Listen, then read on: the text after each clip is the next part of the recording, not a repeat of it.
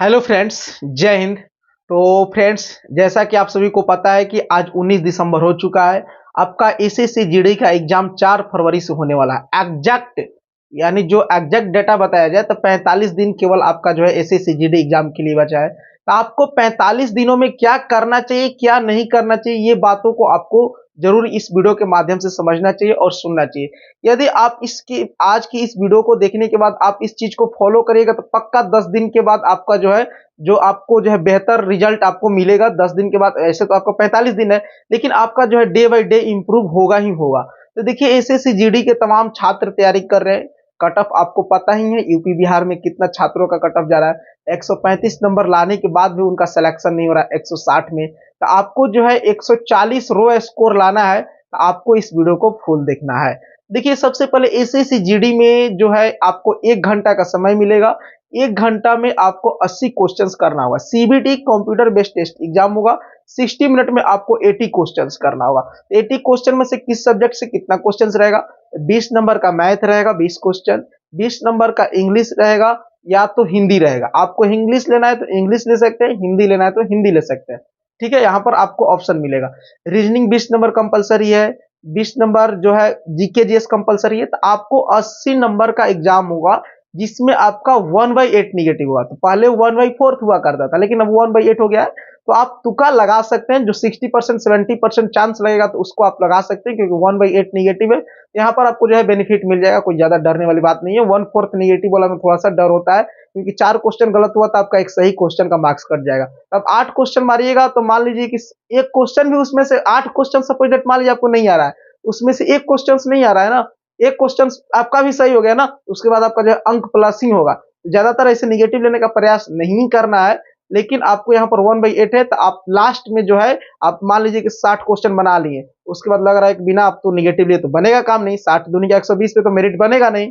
यदि कैटेगरी में होंगे एसटी में तो थोड़ा सा मतलब चांस बन सकता है, लेकिन यूआर ओबीसी डब्ल्यूएस का तो कोई चांस नहीं बनता है। इसमें आप जो है निगेटिव सॉरी, अब जो है जो चांस लगेगा 50% से ज्यादा चांस है जो उसको आप लोग कर सकते हैं। अब मेन बात करेंगे आपका तैयारी कैसी होनी चाहिए 45 दिनों में।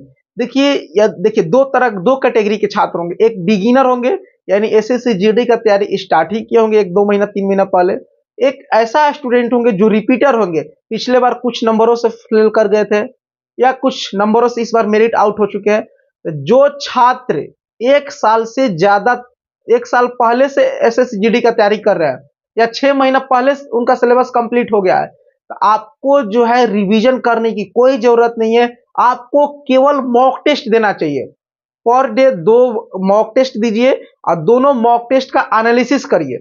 2 मॉक टेस्ट दीजिए, दोनों मॉक टेस्ट का एनालिसिस करिए। किस सब्जेक्ट में यदि आपका 19-20 सही हो रहा है तो उस सब्जेक्ट का मॉक टेस्ट देते रहिए, वो बैलेंस रहेगा। मान लीजिए सपोज डेट आपका जो है मैथ्स में 12 क्वेश्चन सही हो रहा है, 8 क्वेश्चन गलत हो रहा है, तो 8 क्वेश्चन जो गलत हो रहा है उसको कॉपी में नोट करिए। जैसे मान लीजिए प्रॉफिट एंड लॉस का क्वेश्चन गलत हो गया, परसेंटेज का क्वेश्चन गलत हो गया, टाइम एंड वर्क का क्वेश्चन गलत हो गया, तो ये तीनों क्वेश्चन को आप लोग लिख लीजिए, सॉल्यूशन भी लिख लीजिए। नेक्स्ट जब टेस्ट दीजिएगा अगला टेस्ट, उसके बाद जो है जो भी क्वेश्चन गलत है उसको रिवीजन कर लीजिए। उससे क्या होगा, आपका चीजें जो है लगातार 10 से 12 मॉक टेस्ट दीजिएगा तो एक ही चैप्टर, जैसे प्रॉफिट एंड लॉस फंस रहा है ना, तो प्रॉफिट एंड लॉस से तो सारा टेस्ट में क्वेश्चन रहता है, क्वेश्चन रहता है, तो 10 क्वेश्चन आपका प्रैक्टिस हो जाएगा।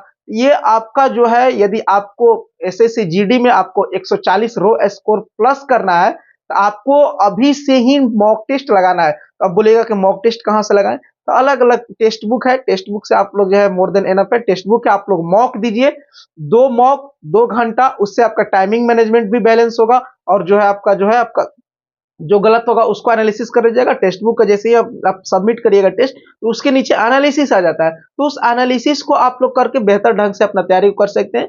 एसएससी में बहुत हार्ड क्वेश्चन तो नहीं पूछता है, ठीक है। 20 मैथ्स, 20 रीजनिंग, 20 हिंदी, यहाँ पर आप लोग 60 आउट ऑफ 60 ला सकते हैं, बशर्ते आपका जो है स्ट्रैटेजी बढ़िया से होनी चाहिए, मॉक टेस्ट लगाने का तरीका बढ़िया होना चाहिए। इससे आपका स्पीड भी बढ़ेगा। जैसे मान लीजिए रीजनिंग में कोई चैप्टर फंस रहा है, उस चैप्टर उसको देख लेंगे, क्या है फंस रहा है, किस टॉपिक में दिक्कत हो रहा है वो देख लेंगे। बाकी जीके जीएस में तो सबका वही हाल है, किसी का 10 भी आता है तो किसी का 15 भी आता है, तो किसी जीके जीएस 20 नहीं हो रहा, उससे डरने की बात नहीं है।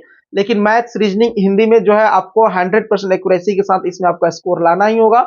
यदि आपको किसी भी हालत में मान लीजिए किसी कारणवश एक दो क्वेश्चन गलत होता है तो वो डजंट मैटर, लेकिन एक दो क्वेश्चन वो हो जाएगा तो कोई दिक्कत वाली बात नहीं है। लेकिन 95% एक्यूरेसी प्लस होनी ही होनी चाहिए एग्जाम के 5 से 10 दिन पहले तक। एग्जाम में जाइएगा, उसके बाद जो अपना बेहतर जो आपका रणनीति होगा उसके तहत आप इतना मॉक टेस्ट लगा लीजिए। आपका 45 है ना, तो 45 दूनी का 90 मॉक टेस्ट लगा लीजिए। तो 90 मॉक टेस्ट मतलब एग्जाम का फील देगा ही देगा, क्योंकि वहां पर टाइमर लगा हुआ है, प्रीवियस ईयर क्वेश्चन है। वहां से 90 आप मॉक टेस्ट दीजिएगा, तो 91 मॉक टेस्ट दीजिएगा तो आपको मॉक टेस्ट ही फीलिंग होगा, एग्जाम फीलिंग ही नहीं होगा।